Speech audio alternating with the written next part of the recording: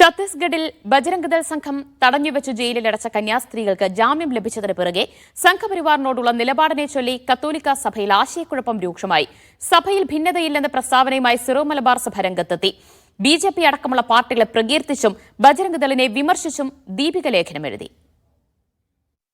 നിർബന്ധിത മതപരിവർത്തനം ആരോപിച്ച് കന്യാസ്ത്രീകളെ ജയിലിലടച്ചപ്പോൾ ബിജെപിയെയും കേന്ദ്ര സർക്കാരിനെയും അതിരൂക്ഷമായി കടന്നാക്രമിച്ച കത്തോലിക്ക സഭ കന്യാസ്ത്രീകൾക്ക് ജാമ്യം ലഭിച്ചതോടെ വ്യത്യസ്ത ഭാഷയിലാണ് സംസാരിക്കുന്നത്. തലശ്ശേരി അതിരൂപത ആർച്ച് ബിഷപ്പ് ജോസഫ് പാംബ്ലാനി ബിജെപിയെ പ്രകീർത്തിച്ചപ്പോൾ ഇരിങ്ങാലക്കുട ബിഷപ്പ് വിമർശനം തുടർന്നു. ബിജെപിയുമായും സംഘപരിവാറുമായും അടുത്ത ബന്ധം പുലർത്തുന്ന താമരശ്ശേരി രൂപത സമരത്തിൽ നിന്ന് തന്നെ പിന്മാറി. എന്നാൽ കോഴിക്കോട് ലത്തീൻ രൂപത പ്രഖ്യാപിച്ച സമരം നടത്തി. കന്യാസ്ത്രീ വേട്ടയിൽ പ്രതിഷേധം അറിയിച്ച് തന്നെ ബിജെപിയുമായി നല്ല ബന്ധം തുടരുകയെന്ന വിചിത്ര ലൈനാണ് സഭ തുടരുന്നത്.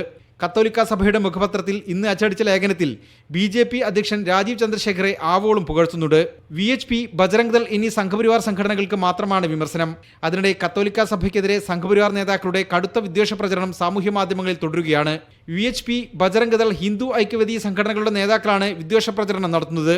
ബിജെപി നേതാവ് ഡോക്ടർ കെ എസ് രാധാകൃഷ്ണനും തീവ്ര ഹിന്ദുത്വ സംഘടനകളുടെ അതേ ലൈനിലാണ് വിമർശനം നടത്തുന്നത്. സഭയുടെ വിചിത്ര നിലപാട് പോലെ തന്നെ വിചിത്രമാണ് ബിജെപിയുടെയും വിഎച്ച്പി അടക്കമുള്ള സംഘപരിവാർ സംഘടനകളുടെയും നിലപാട്. മീഡിയ 1 കൊച്ചി.